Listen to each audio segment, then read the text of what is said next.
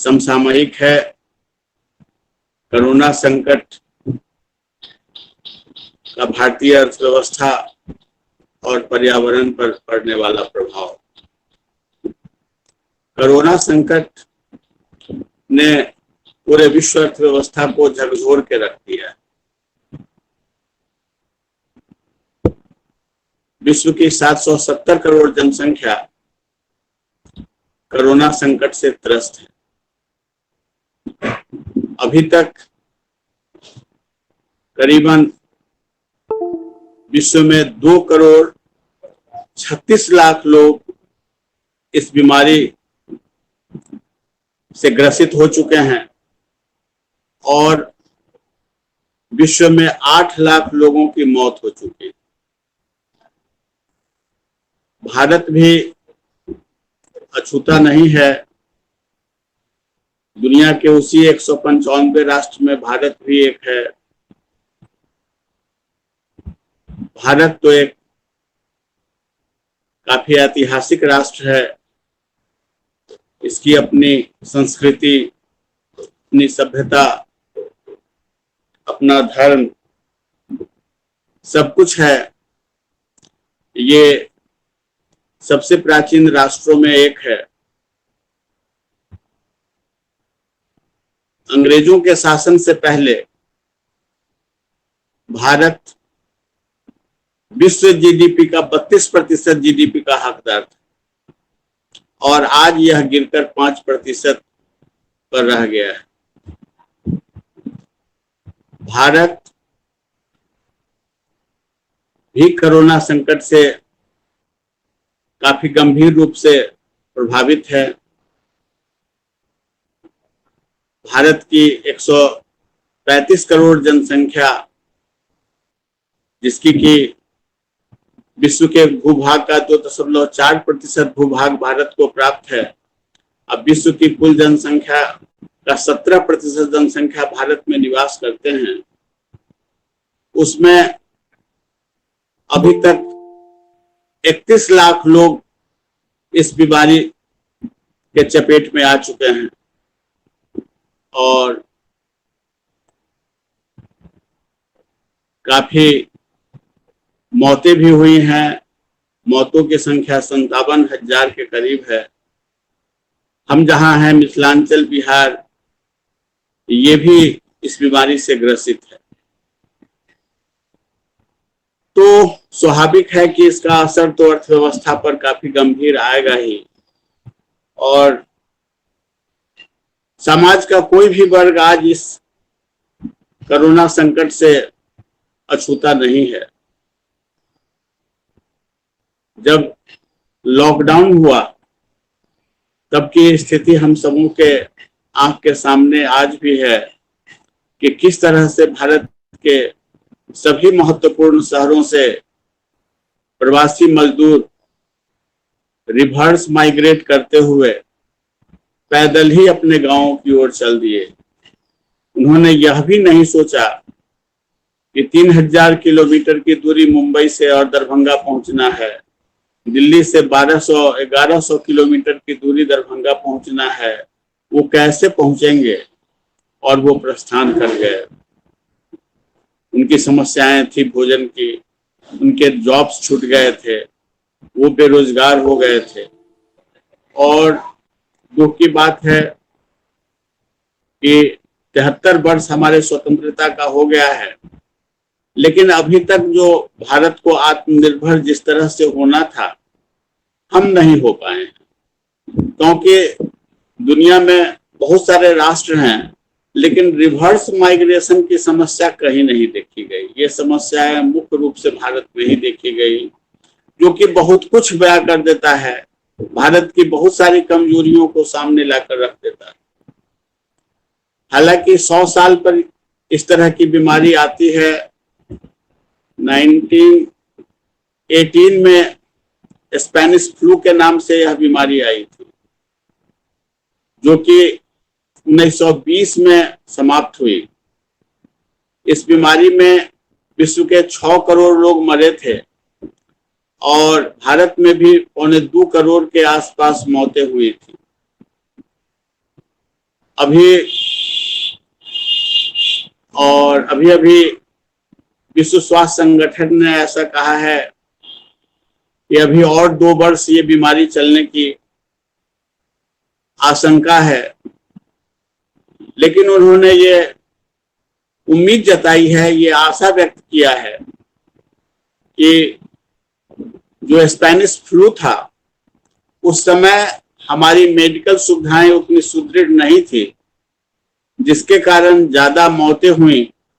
आज हमारी मेडिकल सुविधाएं सुदृढ़ हो गई हैं, इसलिए बहुत ज्यादा मौत नहीं होगी और हम धीरे धीरे कोरोना पर पकड़ बनाते चले जाएंगे। लेकिन एक बात तो देखी ही गई है कि इस तरह की जब समस्याएं आती हैं, इस तरह की बीमारी आती है, तो उससे अर्थव्यवस्था काफी गंभीर रूप से प्रभावित हो जाती है, इकोनॉमी स्लो डाउन हो जाती है। स्लो डाउन वह स्थिति है जिसमें हमारा जीडीपी गिरता चला जाता है, और अगर वो उसी तरह गिरता रहा तो वो रिसेशन का रूप ले लेता है। रिसेशन वह अवस्था होती है तब जबकि जीडीपी माइनस में चला जाता है, और अगर वो भी नहीं रुके तब यह डिप्रेशन का रूप ले लेता है। और डिप्रेशन अर्थव्यवस्था की वो अवस्था होती है जिसमें काफी गहराई के साथ जीडीपी निगेटिव दर निगेटिव होती चली जाती है, रोजी रोजगार लोगों का समाप्त हो जाता है, गरीबी भुखमरी व्याप्त हो जाती है, असमानताएं और भी ज्यादा बढ़ जाती हैं, विकासात्मक योजनाएं ठीक ढंग से काम नहीं करता है, और ये सारी की सारी अव्यवस्थाएं इसलिए आती हैं ताकि बीमारी इस तरह से पूरे व्यवस्था को परेशान किए होता है कि राष्ट्र विश्व अर्थव्यवस्था अपने को संभालने में सफल नहीं हो पाती। तो रिसेशन की स्थिति तो हम आज भी कह सकते हैं कि the whole world economy is suffering from the problem of recession, और इसका इम्पैक्ट समाज के सभी क्षेत्रों पर पड़ रहा है, समाज के सभी वर्गों पर पड़ रहा है, कोई भी इससे अछूता नहीं है, क्या अमीर क्या गरीब। अमेरिका में तो जो लोग बीमारी के चपेट में आए हैं और जो मौतें हुई हैं वो उन लोगों की मौतें हुई हैं जो कि मल्टीनेशनल्स, और ये न्यूयॉर्क जो कि अमेरिका का सबसे समृद्धशाली शहर, सबसे डेवलप्ड शहर, वहां ये बीमारी गंभीर रूप से फैली और इसमें अमेरिका के काफी लाखों लोग जो है मरे। तो ये एक दुखद स्थिति है, सॉरी स्टेट ऑफ अफेयर को इंडिकेट करता है और इससे कोई अछूता नहीं रह पाता है। ये इसको पेंडेमिक की भी का दर्जा दे दिया गया है। ये महामारी है, विश्व स्तरीय महामारी है। चीन के वुहान शहर से ये बीमारी चली और आज ये दुनिया के 195 राष्ट्रों में फैला हुआ है। इसका असर हमारे रेमिटेंस इनकम पर भी पड़ा है। दुनिया के विकासशील राष्ट्र के से बहुत सारे लोग दुनिया के विकसित राष्ट्रों में जाकर काम करते रहे हैं और वहां के अर्थव्यवस्था को मजबूत करने का काम इन्होंने किया है। वहां इन्होंने इनोवेशंस किया है, वहां इन्होंने बहुत सारे इनोवेशंस को पेटेंट करवाने का काम किया है, इकोनॉमी में को स्ट्रेंथन करने का काम किया है। तो भारत अकेला ही वो राष्ट्र है जो कि रेमिटेंस इनकम के मामले में $82 बिलियन से ज्यादा रेमिटेंस इनकम इसका रहा है। काफी लोग यहाँ से अमेरिका, यूरोप के राष्ट्रों में अपनी सेवा दे रहे हैं और वहाँ इनोवेशंस कर रहे हैं। अपने विद्वता के आधार पे, अपने ज्ञान के बल पर उस अर्थव्यवस्था को काफी आगे बढ़ा रहे हैं। तो हमारी रेमिटेंस इनकम इससे प्रभावित हुई है।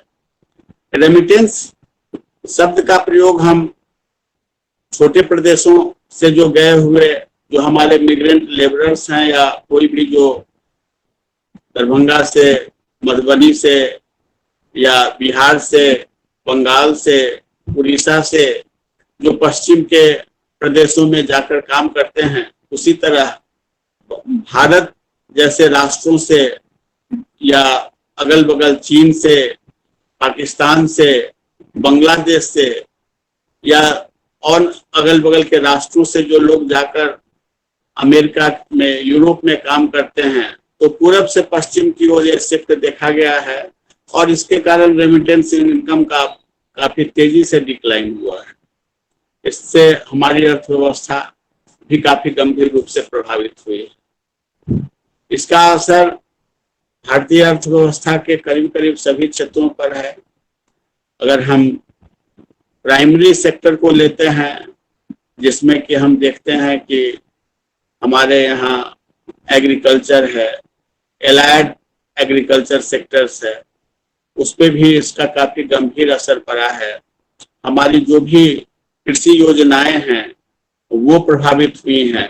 हालांकि किसानों के साहस के बल पर कृषि उत्पादन हमारा इस 19-20 में भी ठीक ही हुआ है और वही एक संबल है। कृषि अर्थव्यवस्था भारत की वो मजबूत अर्थव्यवस्था है जिसमें काफी हिडन पोटेंशियलिटी है और उस पोटेंशियलिटी के बल पर ग्रीन रिवॉल्यूशन की सफलता के साथ ही आज तक कभी भी भारत को अन्न के मामलों में दुनिया के किसी प्रदेश, किसी देश के सामने में हाथ फैलाने की जरूरत नहीं पड़ी है।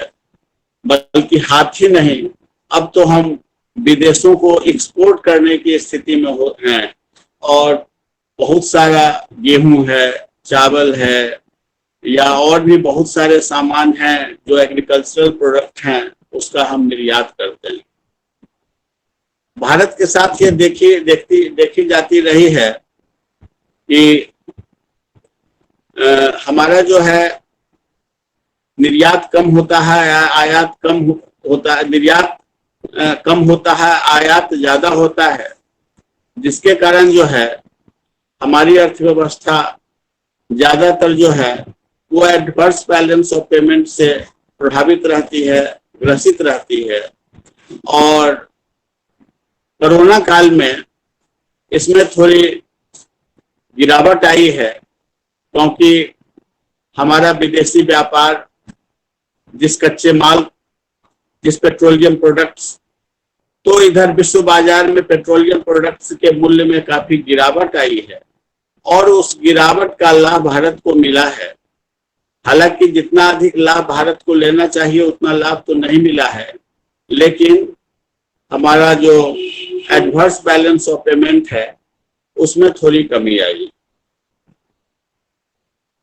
कृषि के क्षेत्र में भारत सरकार ने 2000 में राष्ट्रीय कृषि नीति लाई। हम अनवरत ग्रीन रिवॉल्यूशंस और थर्ड ग्रीन रिवॉल्यूशंस तक हम पहुंचे हैं। उसके माध्यम से हम ये उम्मीद करते रहे हैं कि हमारी जो 2 ट्रिलियन की अर्थव्यवस्था है उसको हम 2022 तक 5 ट्रिलियन अर्थव्यवस्था में परिवर्तित करेंगे। कोरोना संकट के कारण इस सीमा तक पहुंचने में लग रहा है कि हम पहुंच पाएंगे, नहीं पहुंच पाएंगे, क्योंकि ये अगर जल्दी चला जाता तो शायद हमारी अर्थव्यवस्था 5 ट्रिलियन डॉलर की हो जाती। कोरोना संकट ने अभी तक पूरे विश्व अर्थव्यवस्था में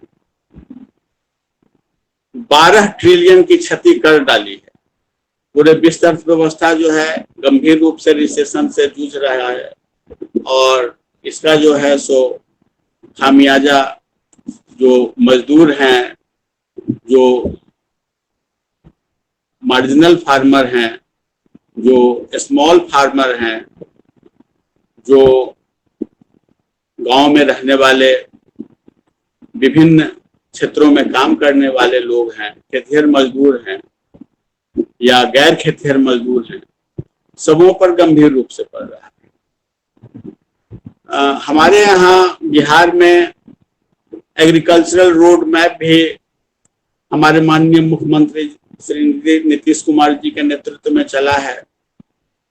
इस पर भी इस कोरोना संकट का जो है असर देखा गया है। बिहार में काफी लोग जो है रिवर्स माइग्रेशन के तहत लौट कर आए हैं।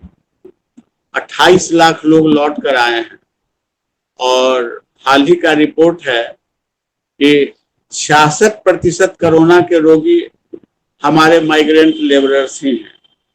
तो ये तो फैलने वाली बीमारी है और जिस परिवार में वो आए हैं उस परिवार में भी उसका जो है सो इम्पैक्ट पड़ रहा है। तो नीतीश जी के द्वारा शुरू की गई जो महत्वाकांक्षी योजना है, ये रोड एग्रीकल्चरल रोड मैप, जिसकी की शुरुआत 8 में की गई थी और अभी 17 से 22 तक के लिए तीसरा रोड मैप है, उसके काम में भी जो है व्यवधान आया है। क्योंकि नीतीश जी का यह संकल्प है कि इस तीसरा रोड मैप के साथ ही पूरे भारत के हर एक थाली में बिहार का एक न एक जो है वो सामान रहे। इस दिशा में काफी गंभीर रूप से उनका प्रयास जारी है। हमारे मिथिलांचल का मखाना है, मछली है या और भी बहुत सारा प्रोडक्ट है। पूरे बिहार में बहुत सारे जगहों पे बहुत सारे विशिष्ट पदार्थों का उत्पादन होता है। हमारा नालंदा जिला जो है वो चीन से ज्यादा कृषि उत्पादन करता है। हमारे यहाँ आलू की खेती, उसमें भी विश्व का रिकॉर्ड नालंदा के किसानों ने तोड़ा है। 2012 से लगातार बिहार के किसानों को कृषि कर्मण पुरस्कार मिल रहा है। बिहार की ही बच्ची ये श्रेया शंकर को पिछले वर्ष 2019 में भारत मिस इंडिया का खिताब मिला है। तो परिस्थितियां चाहे जितनी भी विपरीत हो, उन विपरीत परिस्थितियों में भी हम संभावनाएं ढूंढ रहे हैं और आगे बढ़ रहे हैं। कृषि क्षेत्र का ग्रोथ रेट 4% अभी है। वो कृषि में वो अद्भुत क्षमता है। यहाँ की भूमि बहुत उपजाऊ है, लेकिन उसके बावजूद भी बाढ़ प्रभावित है, सूखा प्रभावित है। इस कोरोना में बाढ़ और सूखा के संकट से भी हमारा सामना हो रहा है। भारत के कई प्रदेश बाढ़ की समस्याओं से जूझ रहा है, जिसमें कि कोरोना संकट में से उबरने के लिए जो बताए गए उपाय हैं, सोशल डिस्टेंसिंग, सैनिटाइजेशन या और भी जितना जो कैसे जीवन शैली को अच्छे ढंग से जी जाए, किस ढंग से हम कोरोना से बच सकते हैं, उसको कर पाने में ये जो बाढ़ है वो हमको काफी परेशानी पैदा कर रहा है। या कोरोना ही है, इस तरह की बीमारी आती है, इस सारी की सारी समस्याओं के निदान के लिए हमें जो है मैनेजमेंट, एक सफल मैनेजमेंट करने की जरूरत है। और वो तभी हो सकता है जबकि हम प्री कैलेमिटी मैनेजमेंट करें, ड्यूरिंग कैलेमिटी मैनेजमेंट करें, पोस्ट कैलेमिटी मैनेजमेंट करें। और ये सब एक अच्छे बेहतर प्लानिंग के माध्यम से हो सकता है, क्योंकि planning cut cost, enhance efficiency, potentiality and productivity bye saving time in multiple. तो इन नीतियों के माध्यम से परिस्थितियां विपरीत हैं, लेकिन उन्हीं विपरीत परिस्थितियों में हिम्मत नहीं हारना है और हमें आगे की ओर बढ़ते रहना है। तो कृषि क्षेत्र की हमारी जो स्थिति है वो हमने देखा ही। जो दूसरा हमारा है, जो किसानों का सबसे बड़ा संबल है, वो है पशुपालन। और इस दिशा में भी कोरोना संकट में जो है इसका जो सप्लाई चेन है वो प्रभावित हुआ। वो है डेयरी, वो है पोल्ट्री, वो है फिशिंग। और हमने देखा ही है कि विश्व में डेयरी के मामले में हमारा बहुत बेहतर प्रदर्शन है। पूरे विश्व में सबसे ज्यादा दुग्ध उत्पादन का राष्ट्र भारत है, सेकेंड स्थान पर अमेरिका है और थर्ड स्थान पर ब्राजील है।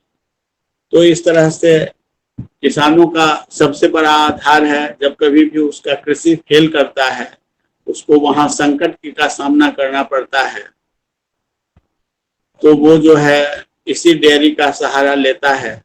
हर एक किसान जो थोड़ा भी सामर्थ्यवान है, उसके पास एक दो दुधारू भैंस या गाय होती है, जो जिससे उसकी इकोनॉमी चलती है, उसका जीवन यापन चलता है, उसका रहन सहन आगे की ओर बढ़ता है। फिशिंग है, इस दिशा में भी जो प्रधानमंत्री ने 20 लाख करोड़ रुपए की जो पैकेज की घोषणा की है, उसके माध्यम से उसको स्ट्रेंथन करने की बात कही गई है। फिर उसके बाद हम आते हैं मैन्युफैक्चरिंग सेक्टर पर। तो ये भी हमारे अर्थव्यवस्था का बहुत बड़ा क्षेत्र है। यहाँ हम MSME हमारा वो क्षेत्र है, माइक्रो इंटरप्राइजेज या फिर स्मॉल इंटरप्राइजेज या फिर मीडियम इंटरप्राइजेज, जिसके माध्यम से हम इकोनॉमी को गति देते हैं। ऐसा कहा गया है कि एक रिपोर्ट में कि 12 करोड़ लोग बेरोजगार हुए, लेकिन वो ज्यादातर जो है सो डेली मजदूर थे। तो उसमें से 11 करोड़ लोग तो काम पर लौट आए हैं, लेकिन 1 करोड़ लोग अस्थायी रूप से अभी बेरोजगार की ही स्थिति में हैं। तो ये बेरोजगारी का सामना उनको काफी गंभीर रूप से करना पड़ रहा है। बहुत सारे क्षेत्रों में वेज कट का भी सामना करना पड़ता है। मजदूरों को, किसानों को, मजदूरों को, चाहे वो संगठित क्षेत्र के हों या असंगठित क्षेत्र के हों, जो मजदूरी पहले मिल रही थी वो अब आधी अधूरी मिल रही है। इसके कारण भी जो है बहुत सारा क्षेत्र काफी गंभीर रूप से प्रभावित है। मजदूर काफी गंभीर रूप से आर्थिक तंगी से गुजर रहे हैं। मध्यम वर्ग के लोग आर्थिक तंगी से गुजर रहे हैं, उनका भी कोई आसरा नहीं है। नौकरी ही या फिर जो व्यापार चलाते हैं वो प्रभावित है। तो इस तरह से हम देखते हैं कि MSME क्षेत्र को भी स्ट्रेंथन करने के लिए प्रधानमंत्री ने कहा है हम 3 लाख करोड़ रुपया वैसा देंगे जिसकी गारंटी जो है सो सरकार लेगी।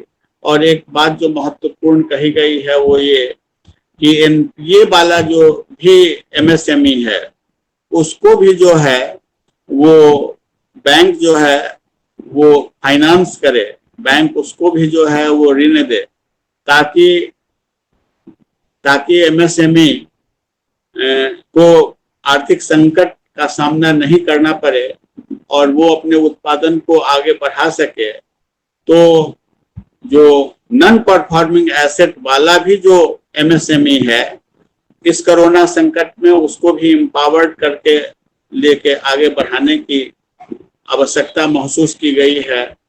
और उसके लिए गारंटर केंद्र सरकार बनने को तैयार है, ताकि बैंक को ज्यादा रिस्क का सामना नहीं करना पड़े, बहुत ज्यादा NPA से नहीं गुजरना पड़े। वहीं दूसरी ओर जो है व्यावसायिक बैंकों को जो है वो कैपिटल डिपॉजिट रेशियो का भी सामना करना पड़ता है। और ये सामना बिहार या जो भी पिछड़े हुए प्रदेश है जहां बहुत अधिक MSME नहीं है, जहां का औद्योगिक विकास सही ढंग से नहीं हुआ है, वहां के लोगों को इससे ज्यादा प्रभावित होना पड़ता है, गुजरना पड़ता है। तो इस तरह से हम देख रहे हैं कि जो मैन्युफैक्चरिंग सेक्टर है वहाँ भी जो है सो सप्लाई चेन प्रभावित हुआ है। जिस ढंग से जो है जाना चाहिए, वो सामानों की आपूर्ति होनी चाहिए, वो नहीं हो पा रही है। जिस तरह से उनको लाभ मिलना चाहिए वो नहीं मिल पा रहा है, घाटे में चल रहे हैं। अर्थव्यवस्था जो है सो बार बार लॉकडाउन के कारण या गंभीर रूप से बीमारी के चपेट में आ जाने के कारण भी प्रभावित हो रही है। फिर उसके बाद हम देखते हैं कि ये टर्शियरी सेक्टर है जिसमें कि ट्रेड है वो प्रभावित है। हमारा व्यापारी व्यापार नहीं कर पा रहे हैं, बराबर उनको जो है लॉकडाउन का सामना करना पड़ता है, बीमारी से जूझना पड़ता है, और जो एक स्मूथ और फ्री फंक्शनिंग होनी चाहिए इकोनॉमी की, वो नहीं दिख रही है, वो नहीं देखी जा रही है। काफी लंबे समय तक लॉकडाउन का सामना करना पड़ा है, उसके कारण भी अर्थव्यवस्था प्रभावित हुई है, उसके कारण भी व्यापार प्रभावित हुआ है। फिर उसके बाद ये जो ट्रांसपोर्ट सेक्टर है उसमें चाहे वो एयर सर्विसेज हो, चाहे बस सर्विसेज हो, चाहे ट्रेन सर्विसेज हो, चाहे मेट्रो सर्विसेज हो, आज तक सारे के सारे अनइंटरप्टेड ही हैं, स्मूथली फंक्शनिंग में नहीं है। इसके कारण भी इकोनॉमी जो है वो डिक्लाइन की स्थिति में है। इकोनॉमी जो है वो आगे की ओर बढ़ पाने में सक्षम नहीं है। और इस तरह से हम देखते हैं कि जो भी समाज का सर्विस सेक्टर है वहाँ भी जो है वेज कट का सामना करना पड़ रहा है, लोगों को सर्विस से बाहर की जा रही है। काफी लोग जो है सेवा से बाहर हो चुके हैं। कुछ क्षेत्रों की स्थिति बहुत ज्यादा खराब है, उसमें जो है ये क्या कहते हैं कि रेस्टोरेंट्स है, उसमें जो है क्या कहते हैं कि अर्थव्यवस्था में जितना जो आवश्यकताओं को छोड़कर और भी जो सामानों की आपूर्ति करने वाला क्षेत्र है वो है, उसकी स्थिति काफी खराब देखी जा रही है। अर्थशास्त्रियों का ऐसा कहना है कि इस संकट काल में जो है डायरेक्ट बेनिफिट ट्रांसफर के काम को काफी अलर्टली करने की जरूरत है, क्योंकि लोगों के हाथ में जब तक परचेजिंग पावर नहीं होगा, लोग सामान की खरीदारी नहीं करेंगे, तब तक जो है हम रिसेशन से नहीं उबर पाएंगे।